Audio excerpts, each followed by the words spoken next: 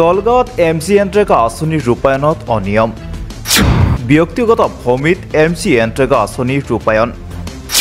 চৰকাৰী ধনেৰে অবৈধভাৱে পথ নিৰ্মাণ কৰাৰ অভিযোগ।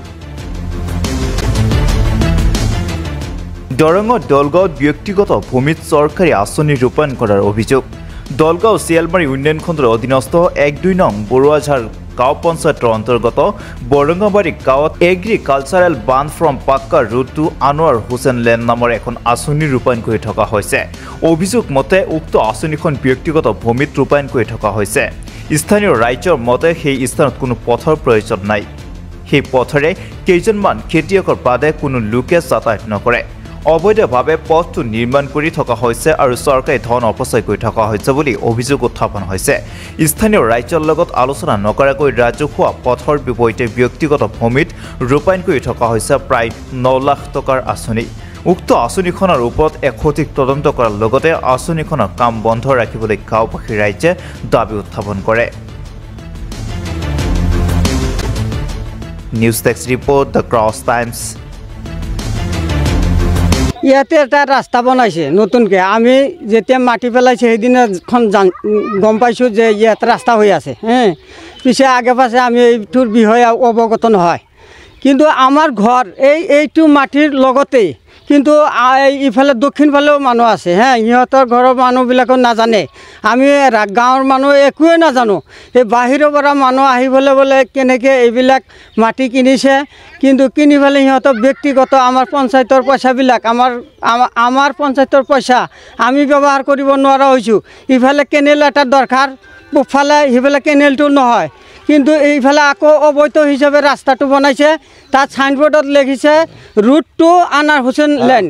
ইফালে পশ্চিমফালে আনাৰ হুছেইনৰ কোনো মাটি আমি দেখা পোৱা নাই। পশ্চিমফালে মাটি হ'ল আব্দুৰ ৰহমান আৰু কুদ্দুছ আৰু সুবহান, সিহঁতৰ মাটি, কিন্তু লিখিছে আনাৰ হুছেইনৰ লেণ্ড বুলি লিখিছে।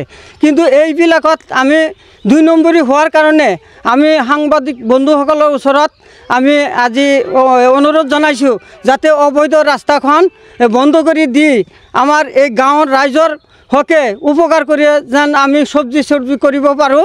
পানী হ'লে এই পানী খেতিবিলাক ডুব যাব, তেতিয়া আমি খুব বিপদত পৰি যাম।